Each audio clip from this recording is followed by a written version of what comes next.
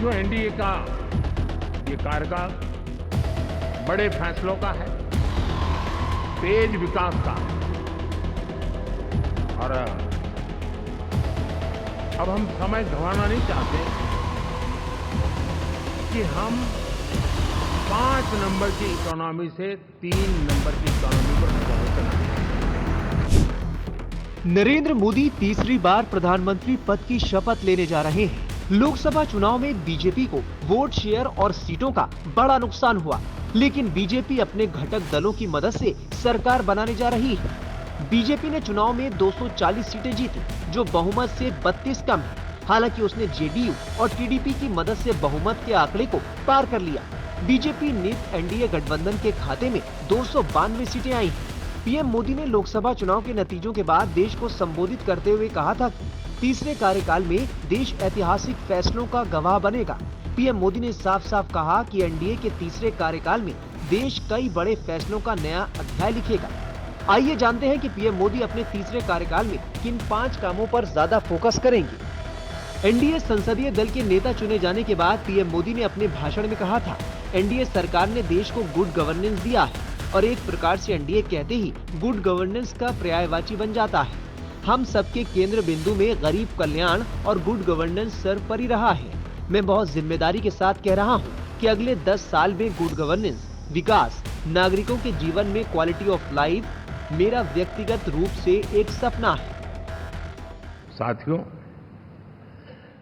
NDA सरकार में हम अगले 10 साल में, मैं बहुत जिम्मेवारी के साथ कह रहा हूं, अगले 10 साल में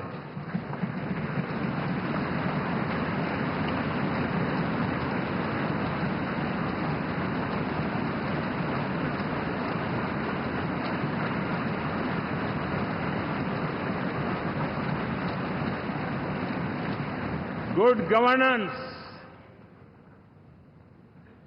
विकास, नागरिकों के जीवन में क्वालिटी ऑफ लाइफ, और मेरा व्यक्तिगत रूप से एक बहुत बड़ा ड्रीम है,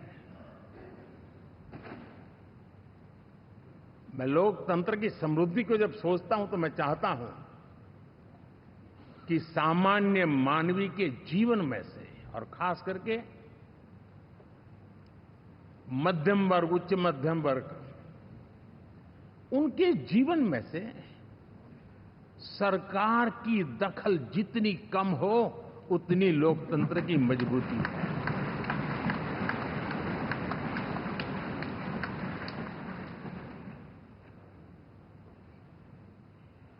और आज के टेक्नोलॉजी के युग में